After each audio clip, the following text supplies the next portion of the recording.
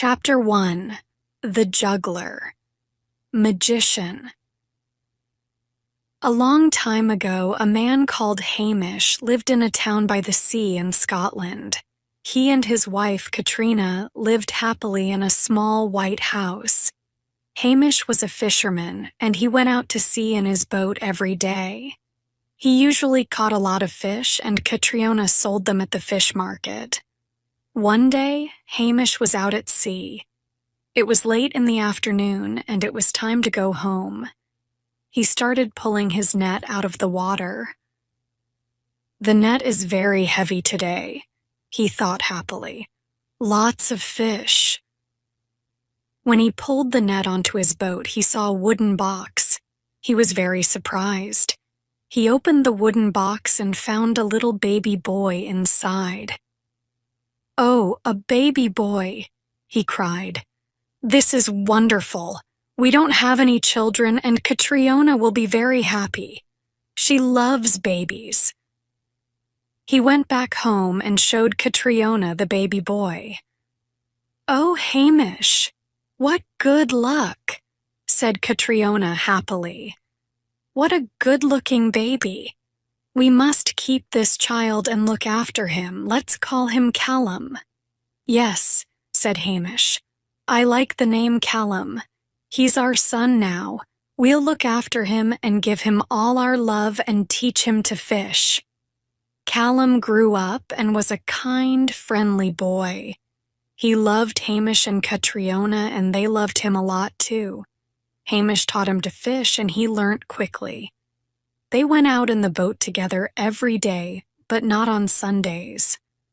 On Sundays, Hamish worked in the garden, and Callum went to the port to look at the sailing ships. When Callum was 17, a big sailing ship arrived in the port of the town. It was a beautiful sailing ship. The sails were new and white, and the masts were golden. A tall, good-looking man stood on the deck. He had dark hair and dark eyes, and he was wearing a beautiful black suit. He had balls with spikes in his hands. He was juggling the balls very fast, without hurting his hands on the spikes. Callum watched the juggler with great interest. Then the juggler got off the ship and continued juggling the balls in the air. "Do you like juggling, Callum?" asked the juggler. Callum was surprised that the juggler knew his name. "Oh, yes," Callum said. "It's wonderful." "Do you want to become a juggler, too?" "Yes, I do," said Callum, smiling at the juggler. "I want to learn how to juggle those balls. It must be difficult." "Very well," said the juggler. "Take me to your parents. I want to talk to them." Callum took the juggler to his little house by the sea. "Father, Mother," said Callum, "this man wants to talk to you." Hamish and Katriona were happy to meet the juggler. "We love Callum dearly," said Hamish. "I found him at sea when he was a baby." "At sea?" asked the juggler. He was suddenly very interested in Callum. "If Hamish found him at sea, then Callum is a fairy child, a magical child," thought the juggler. "Give me your son for a year and a day," said the clever wizard, "and I will teach him how to juggle. Then when he comes back home, he can be a juggler. Jugglers make more money than fishermen." Hamish and Katriona looked at each other. They did not know what to do. "We must do what is best for our son," said Katriona, looking at Callum. "Do you want to be a juggler? A good juggler, Callum?" asked Hamish. "Yes, Father, I do," said Callum. "Very well," said Hamish. "You can go away for a year and a day, and when you come back, you will be a good juggler. Is that right, sir?" He looked at the juggler's dark eyes. "That's right, Hamish," said the wizard. "Your son will become a great juggler, and he'll make a lot of money. I'll teach him a lot of things." Callum said goodbye to his parents and left his home with the juggler. For a year and a day, Callum sailed everywhere on the beautiful sailing ship. He saw a lot of new and interesting places, and he learned all about juggling. Chapter 2: The 14 Pigeons. After a year and a day, the juggler brought Callum back to his home in Scotland. Callum was now an excellent juggler. He could juggle 7 spiked balls, and he never hurt his hands with the spikes. Hamish and Katrina were very happy when Callum arrived. They thanked the juggler. "Now your son is a good juggler," said the man. "If he stays with me for another year and a day, he will become the best juggler in the world."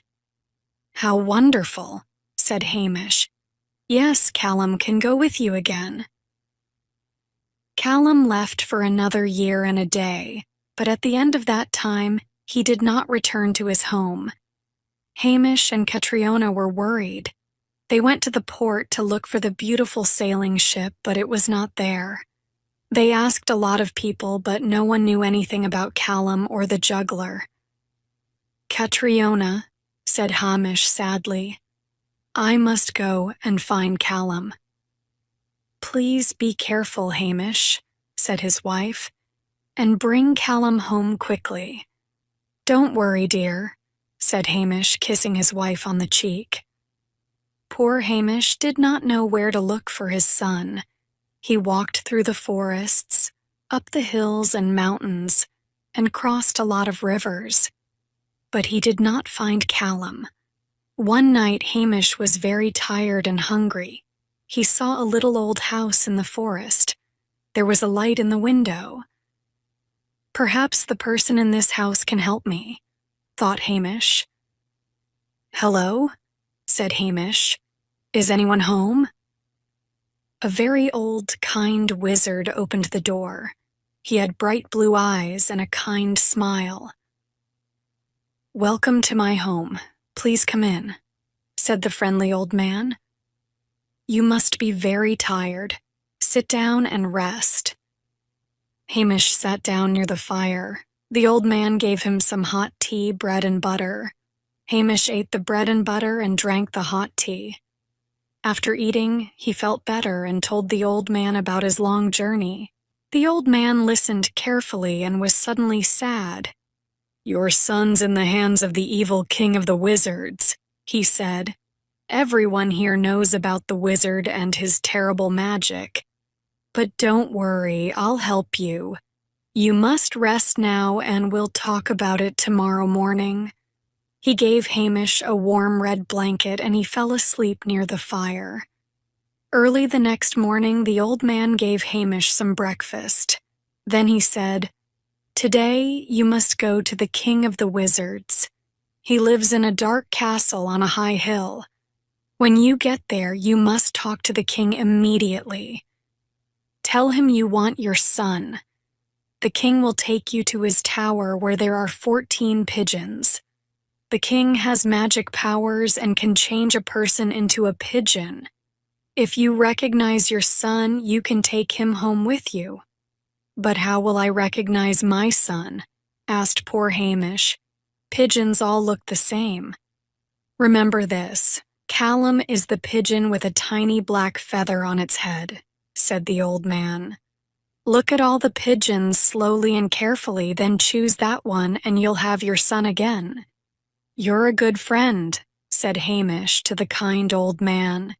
"Thank you for your help. I'll always remember you." "Good luck to you, Hamish," said the old man. Hamish followed the old man's instructions.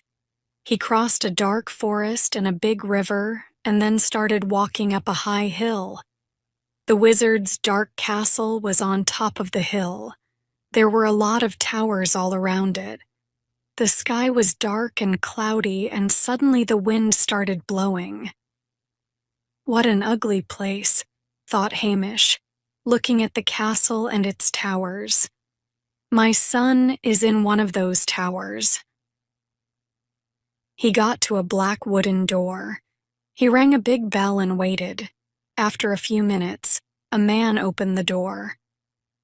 "I want to see the king of the wizards," said Hamish. In a moment, the juggler in the black suit was standing at the door of the castle. Hamish was scared when he saw the evil wizard. Chapter 3 in the Tower. The King of Wizards immediately recognized Hamish, and he was not happy to see him. "What do you want?" the wizard asked angrily. "I want my son, Callum," said Hamish. "You promised to bring him to us after a year and a day."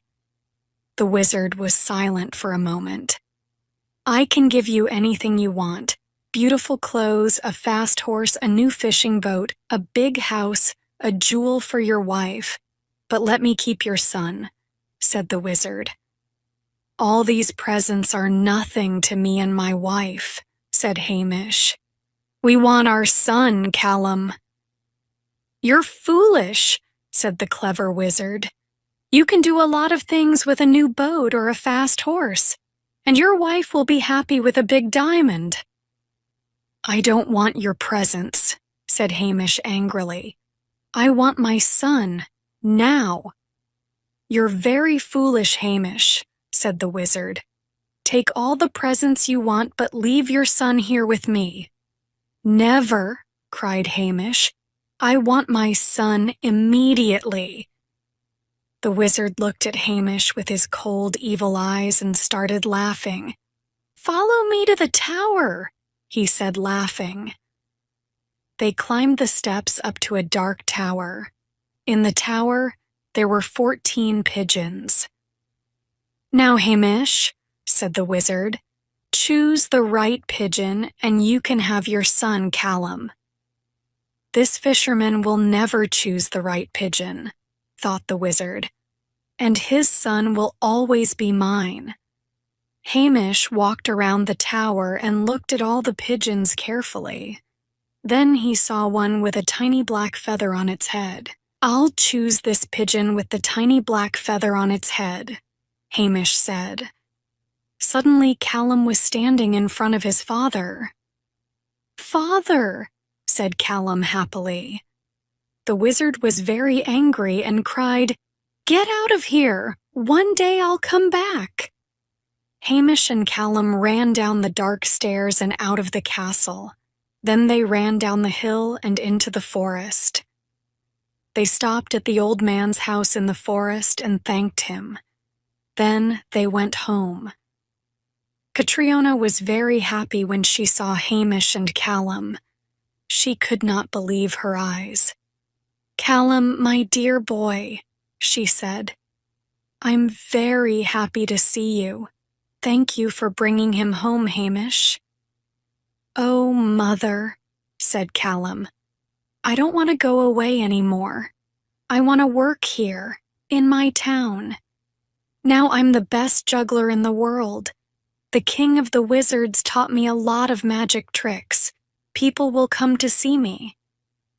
Callum became the town juggler and magician.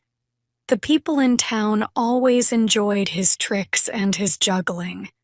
His hands moved very fast, and everyone was surprised. People from his town and other towns came to see him. The children liked Callum a lot. He became famous and made a lot of money. Now Callum and Hamish only went fishing for fun. The beautiful sailing ship with the big white sails and the golden masts never came to the port again. But on stormy nights, the people of the town told scary stories about the King of the Wizards, who lived in the dark castle